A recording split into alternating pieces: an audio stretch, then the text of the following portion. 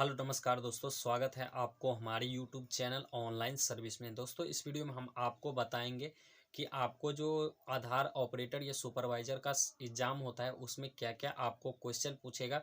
इसमें हम आपको 50 क्वेश्चन का आंसर सटीक में बताएंगे कि आपको क्या क्या उसका आंसर होगा। बहुत बार एग्जाम में पूछे जाने वाली ये क्वेश्चन है, तो इस वीडियो को लास्ट तक जरूर देखिए, तभी आप इस एग्ज़ाम को कर पाएंगे और अच्छी खासी आप रिजल्ट भी ला सकते हैं। इस वीडियो को अगर लास्ट तक आप देख लेंगे तो आपको हम ये गारंटी देते हैं कि आपको जो है आपको सुपरवाइजर का सर्टिफिकेट मिल जाएगा। तो इस वीडियो को लास्ट तक ज़रूर देखिएगा। सारी आप क्वेश्चन स्टेप बाय स्टेप एक बार नहीं, 2 बार 4 बार देखिए, लेकिन इस क्वेश्चन को सारी को सटीक कर लीजिए और अपने मन में रख लीजिए, क्योंकि यही सारा क्वेश्चन आपको हर एक एग्जाम में पूछा जाता है।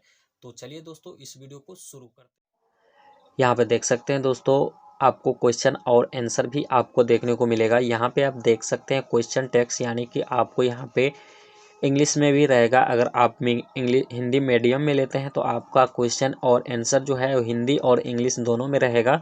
तो यहाँ पे आप देख सकते हैं ये आपको इंग्लिश है और यहाँ पे आप देख सकते हैं ये मेरा हिंदी है।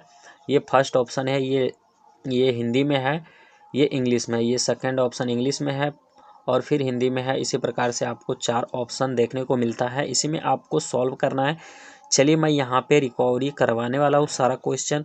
तो यहाँ पे आप देख सकते हैं, आपको यहाँ पे फर्स्ट क्वेश्चन में आपको दिया हुआ है आधार अधिनियम 2016 को पारित करके निम्नलिखित में से किसने यूआईडीआई की स्थापना की थी। आपको यहाँ पे स्टेट गवर्नमेंट यानी कि राज्य सरकार, गवर्नमेंट ऑफ इंडिया भारत सरकार, रजिस्ट्रार्स आपको रजिस्ट्रार ही होता है, और इनरोलमेंट एजेंसी यानी कि नामांकन एजेंसी। तो इसमें से कौन आपको यहाँ पे यूआईडीआई की स्थापना की है। तो यहाँ पे आपका जो ऑप्शन है, यहाँ पे आप देख सकते हैं मेरा 2 का ऑप्शन है, गवर्नमेंट ऑफ इंडिया, यानी कि भारत सरकार द्वारा यहाँ पे यूआईडीआई की स्थापना की गई है। दूसरा जो क्वेश्चन है दोस्तों, यूआईडीआई इलेक्ट्रॉनिक और सुपो मंत्रालय के तहत वैधानिक प्राधिकरण के रूप में कब स्थापित किया गया था। आपके यहाँ पे 28 जुलाई 2009, यहाँ पे 19 सितंबर 2010, यहाँ पे 12 सितंबर 2015, यहाँ पे 12 सितंबर 2015। तो इस चारों ऑप्शन में से आपका जो ऑप्शन है वो यहाँ पे आपका जो ये स्थापना किया गया है वो 12 जुलाई 2016 से आधार का काम स्टार्ट किया गया है।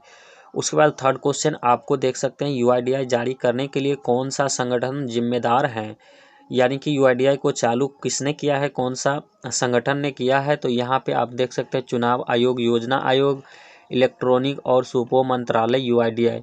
तो आपका जो ऑप्शन है वो आपको यहाँ पे यूआईडीआई का रहेगा, क्योंकि यूआईडीआई ने ही इस यूआईडीआई आधार सेंटर का काम स्टार्ट करवाया है। उसके बाद नेक्स्ट क्वेश्चन आपको यहाँ पे देखने को मिलेगा, यूआईडीआई क्यों बनाया गया था। यूआईडीआई क्यों बनाया गया था, यहाँ पे डुप्लीकेट और नकली पहचान पत्र को ख़त्म करने के लिए, मजबूत तकनीक प्रदान करने के लिए, या ऐसी पहचान प्रदान जिसे आसान, लागत प्रभावी तरीके से सत्यापित और प्रमाणित किया जा सके।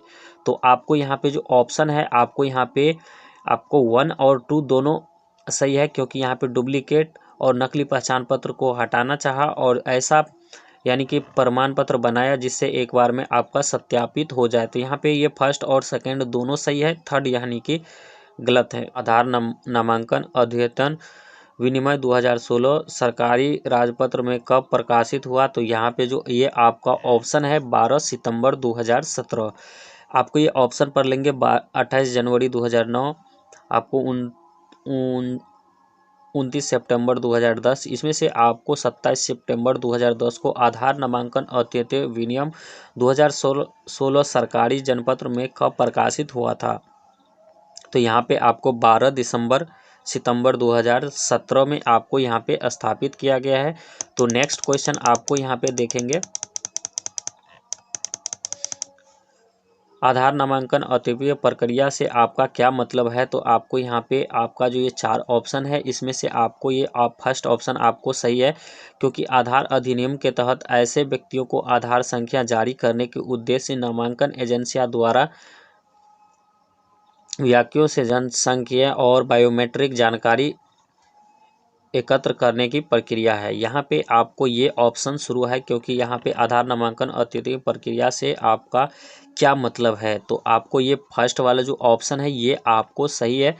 उसके बाद नेक्स्ट क्वेश्चन में आपको यहाँ पे मिल रहा है कि आधार सृजन के लिए जनसांख्यिकीय और बायोमेट्रिक दोनों हेतु निवासी के डेटा को कैप्चर करने की प्रक्रिया क्या है। तो आपको यहाँ पे प्रमाणीकरण है, इनरोलमेंट है, नामांकन है, आइडेंटिफिकेशन है, पहचान है। आपको यहाँ पे जो ये आपका जो आंसर है यहाँ पे आपको 2 वाला ऑप्शन है। यहाँ पे नामांकन है, आइडेंटिफिकेशन के लिए यहाँ पे आधार सृजन के लिए जनसांख्यिकीय बायोमेट्रिक दोनों निकासी के डाटा कैप्चर की करने की प्रक्रिया है। यहाँ पे नामांकन आइडेंटिफिकेशन ये आपका जो है ये सही है।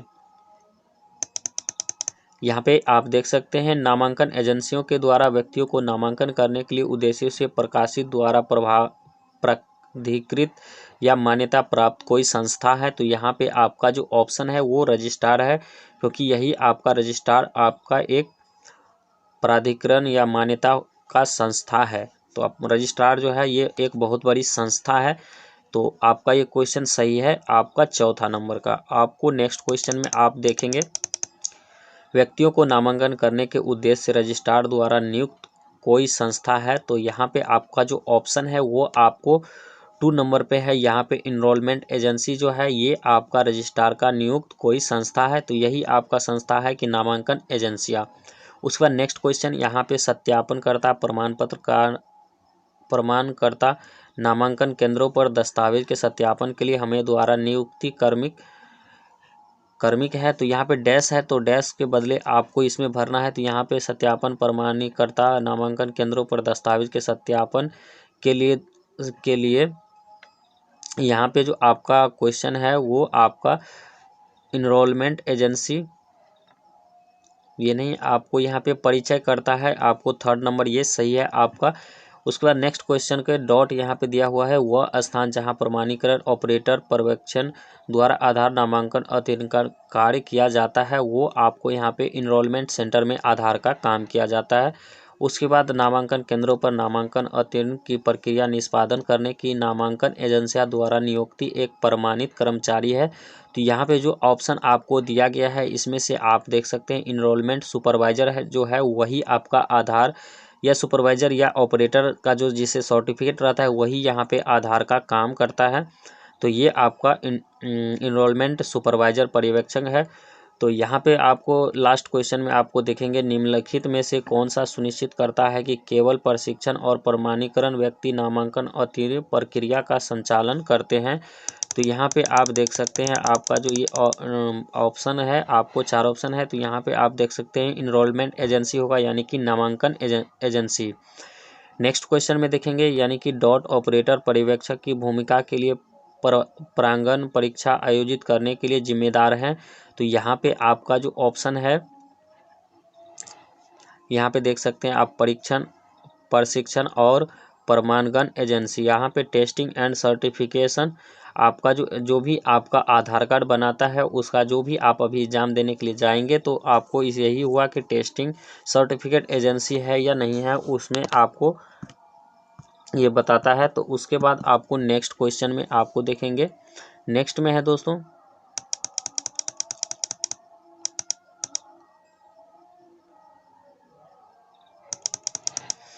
नेक्स्ट क्वेश्चन है यहाँ पे एक व्यक्ति जो रजिस्ट्रार और प्राधिकरण के साथ पंजीकरण है जो किसी ऐसे व्यक्ति की पहचान की पुष्टि करता है जिसे पास कोई वैधानिक पीओ नहीं है। तो यहाँ पे आपका जो ऑप्शन है वो आपको यहाँ पे परिचय करता आपका ऑप्शन यहाँ पे सही है। तो इसको आपको टिक करना है। उसके बाद नेक्स्ट क्वेश्चन में देखेंगे एक व्यक्ति है जो रजिस्ट्रार और प्राधिकरण के साथ पंजीकृत है जो किसी ऐसे व्यक्ति की पहचान पुष्टि करता है जिसके पास कोई वैध पीओ नहीं है। तो यहाँ पे आपका जो ऑप्शन है वो आपको यहाँ पे परिचय करता है ये आपका ऑप्शन सही है। तो इस पे आपको टिक करेंगे।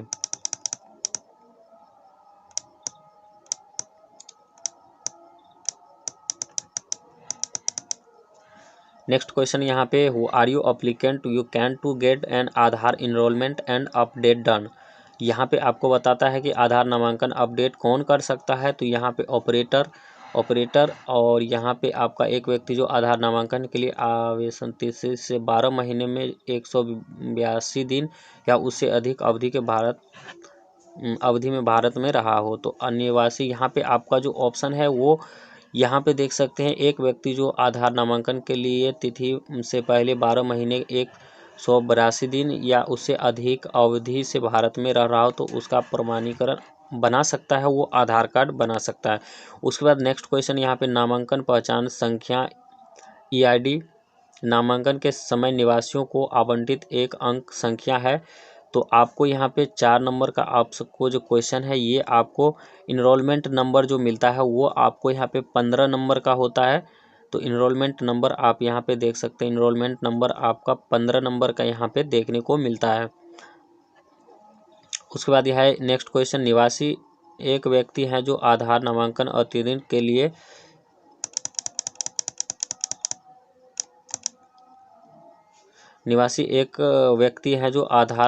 अतिरिक्त के लिए आवेदन की तारीख से पहले 12 महीने में दिन या उससे अधिक अवधि से भारत में रह रहा हो। तो यहाँ पे आपका उसका ऑप्शन जो है 182 दिन, यानी कि उसको 182 दिन होगा तभी वो आधार का काम कर सकता है। नेक्स्ट क्वेश्चन देखेंगे, निवासी अपनी आधार संबंधित शिकायतों को समस्याओं के लिए निम्नलिखित में से किन नंबरों पर संपर्क करते हैं।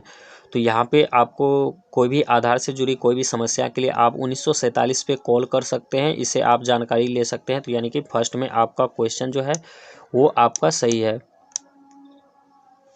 उसके बाद आधार विशिष्ट है या, क्योंकि आपको यहाँ पे no two residents will have your same Aadhaar, यहाँ पे आपका जो ऑप्शन है यहाँ पे 2 निवासियों के पास एक जैसी आधार संख्या नहीं है, यानी कि 2 आदमी का एक जैसे आधार कार्ड कहीं भी आप नहीं देखे होंगे।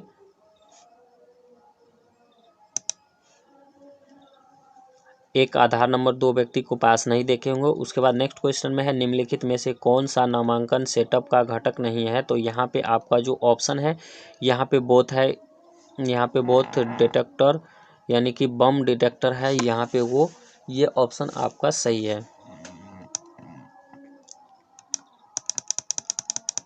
नेक्स्ट क्वेश्चन यहाँ पे इनमें से कौन सा आधार के बारे में सही नहीं है।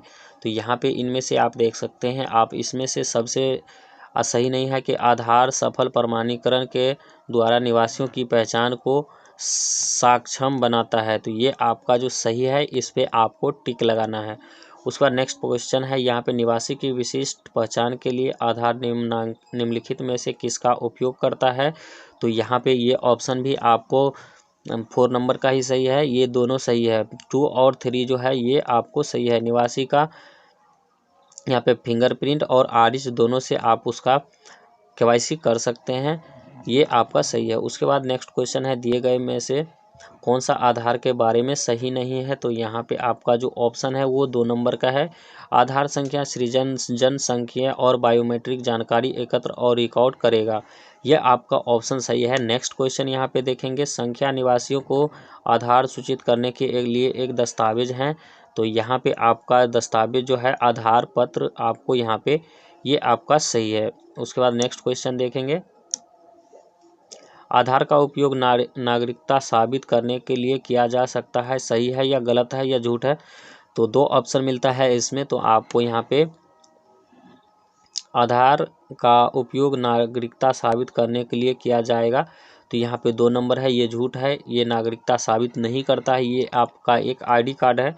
उसके बाद नेक्स्ट क्वेश्चन, आधार भारत के उन सभी निवासियों को दिया जाएगा जो आधार नामांकन अत्यधिन की अवधि से 180 दिनों के लिए भारत में रहे हो। तो ये आपको सही है, क्योंकि 180 दिन के अंदर अगर आप भारत में रह रहे हैं तभी आपका आधार कार्ड बन पाएगा। नेक्स्ट क्वेश्चन, UIDAI का दृष्टिकोण भारत के निवासियों को एक विशिष्ट पहचान और किसी भी समय नहीं भी प्राकृत करने के लिए एक डिजिटल मंच के साथ सशक्त बनाना है। तो यहाँ पे जो ऑप्शन है ये सही है, सही पे आपको टिक लगाना है। नेक्स्ट क्वेश्चन, आधार 15 अंकों की संख्या है। तो यही ध्यान देने वाली बात है दोस्तों, अगर आपके पास भी आधार कार्ड है तो उसमें ये 15 अंकों का नहीं है बल्कि ये झूठ है। यहाँ पे आपका आधार कार्ड संख्या है वो 12 नंबर का है। उसके बाद नेक्स्ट क्वेश्चन, यहाँ पे निम्नलिखित में से कौन सा व्यक्ति या संस्था एक रजिस्ट्रार बनने के लिए योग्य है। तो यहाँ पे जो ऑप्शन है आपको यहाँ पे any entry under central government, ministry, state government, यानी कि कोई भी केंद्रीय सरकार और अंतर्गत संस्था, मंत्रालय, राज्य सरकार, ये सही है आपका ऑप्शन। नेक्स्ट क्वेश्चन देखेंगे, इनमें से किए गए रजिस्ट्रार द्वारा किया जाना चाहिए। तो आपका ये जो ऑप्शन है वो आपको 3rd नंबर का सही है। यहाँ पे आप देख सकते हैं आधार नामांकन अपडेट के अलावा किसी भी नामांकन के दौरान एकत्र की गई जानकारी का उपयोग करें, ये आपका सही है। नेक्स्ट क्वेश्चन, आधार नामांकन अपडेट के लिए में विनिर्दिष्ट रजिस्ट्रार में हर समय आचार संहिता का पालन करना चाहिए। तो यहाँ पे आपका आचार संहिता का पालन करना चाहिए, ये है आपको फर्स्ट ऑप्शन का सही। आधार अधिनियम 2016 और आधार विनियम, आपको यहाँ पे ये सही है। आपको नेक्स्ट क्वेश्चन यहाँ पे देखेंगे, एजेंसियों के आवेदनों का मूल्य करने के लिए नामांकन में से कौन सा जिम्मेदार है, योग्य है। एजेंसियों को नामांकन एजेंसी ये के रूप में सूचीबद्ध करता है। तो यहाँ पे आपका जो ऑप्शन है आप यहाँ पे देख सकते हैं रजिस्टर एंड UIDAI, ये आपका क्वेश्चन जो है वो आपको सही है। नेक्स्ट क्वेश्चन देखेंगे, रजिस्ट्रार की मूल जिम्मेदारी क्या है। तो यहाँ पे आप देख सकते हैं आपको ये जो ऑप्शन है आपका ये 4 नंबर का सही है, क्योंकि ये जो है ऊपर के सभी आपको ये सही है। नेक्स्ट क्वेश्चन, कौन सा व्यक्ति एक संस्था निम्नलिखित में से बीच एक नामांकन एजेंसी बनने के लिए पात्र है। तो यहाँ पे कोई भी व्यक्ति रजिस्ट्रार UIDAI द्वारा निर्दिष्ट IRFI में नामांकन एजेंसियों के लिए उपलब्ध शर्त या पूरा करने वाला, ये आपका क्वेश्चन सही है। नेक्स्ट क्वेश्चन देखेंगे, नेक्स्ट क्वेश्चन में है निम्नलिखित में मापदंडों से व्यक्तियों को एक पर्यवेक्षण भूमिका के लिए योग्य होने चाहिए। अर्हता प्राप्त करने के लिए उम्र एक उनसे ऊपर होना चाहिए, 10+2 पास होना चाहिए, आधार नंबर होना चाहिए। चौथा, आपको प्रशिक्षण और प्रमाणीकरण एजेंसियां से पर्यवेक्षण प्रमाण पत्र प्राप्त किया हुआ होना चाहिए, बेसिक कंप्यूटर में प्रमाण पत्र होना चाहिए। यहाँ पे आपका सभी क्वेश्चन सही है, आपको ये सब कुछ होना चाहिए तभी आप आधार का काम कर सकते हैं। उसके बाद नेक्स्ट क्वेश्चन है, ये पर्यवेक्षण के रूप में उसके भूमिका शुरू करने के लिए निम्न में से क्या व्यक्ति को क्या प्राप्त होना चाहिए। तो यहाँ पे आपका जो आंसर है यहाँ पे देख सकते हैं आपका 3rd नंबर का है, स्थानीय भाषा की कीबोर्ड साथ में सहज लेना होना चाहिए। नेक्स्ट जो क्वेश्चन है आपका, निम्न में से कौन सा नामांकन केंद्र प्रशिक्षण आधार ग्राहकों के साथ लैपटॉप डेस्कटॉप की स्थापना के लिए जिम्मेदार है। तो यहाँ पे आपका जो ऑप्शन है वो आपको यहाँ पे 3rd नंबर है। यहाँ पे ऑपरेटर या पर्यवेक्षण यानी कि ऑपरेटर या सुपरवाइजर कर सकता है। नेक्स्ट क्वेश्चन, पर्यवेक्षण को नामांकन एजेंसी के पास अवश्य दस्तावेज के अपना बिल्डिंग फॉर्म जमा करने होंगे, जो बाद में इस फॉर्म को सत्यापन के लिए संबंधित को प्रस्तुत करता है। तो यहाँ पे आपका जो फर्स्ट नंबर का क्वेश्चन है ये आपका सही है। यहाँ पे प्राधिकरणों का क्षेत्रीय कार्यालय, ये आपका सही है। नेक्स्ट क्वेश्चन देखेंगे, निम्नलिखित में से कौन सा ऑपरेटर पर्यवेक्षण ऑन बोर्डिंग के दौरान निम्नांकित उपयोगकर्ता के रूप में विचार योग्य है। तो यहाँ पे आपका जो ऑप्शन है ये 4 है, सुपरवाइजर जिसका बायोमेट्रिक सत्यापन सफलतापूर्वक पूरा हो जाता है, नामांकन क्लाइंट को संग्रहित है। तो ये आपका क्वेश्चन सही है। उसके बाद नेक्स्ट क्वेश्चन देखेंगे,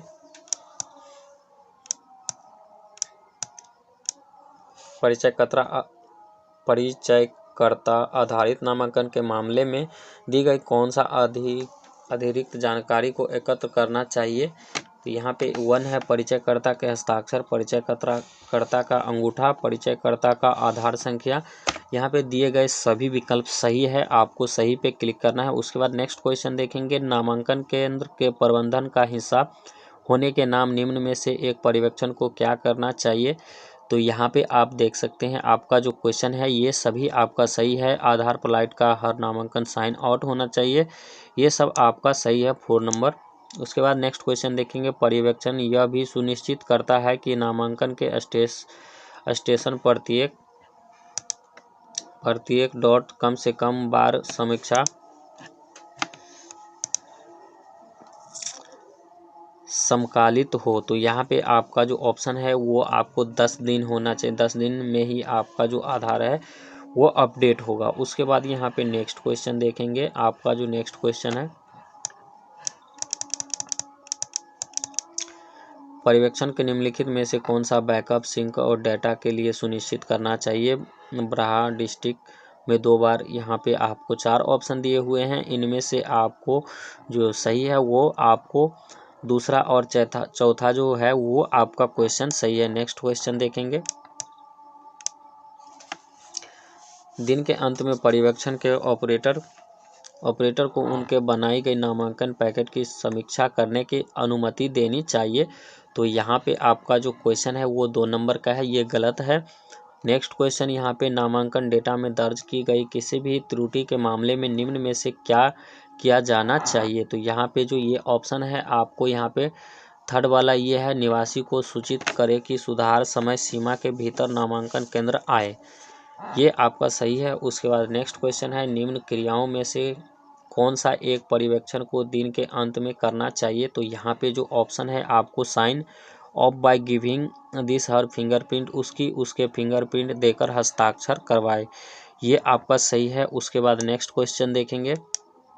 यहाँ पे एक पर्यवेक्षण नामांकन के केंद्र पर कार्यों को निगरानी और लेखा परीक्षा करता है। लेखा परीक्षा प्रतिक्रिया पूरी टीम की मदद कैसे करती है। तो यहाँ पे जो ऑप्शन है आपका यहाँ पे वो 3 नंबर का है, नामांकन संचालन और डेटा की गुणवत्ता के सुधार के क्षेत्रों में पहचान करें, ये आपका सही है। नेक्स्ट क्वेश्चन है, एक ऑपरेटर पर्यवेक्षण कौन होता है, यानी कि एक ऑपरेटर पर्यवेक्षक कौन होता है, ऑपरेटर या सुपरवाइजर कौन होता है।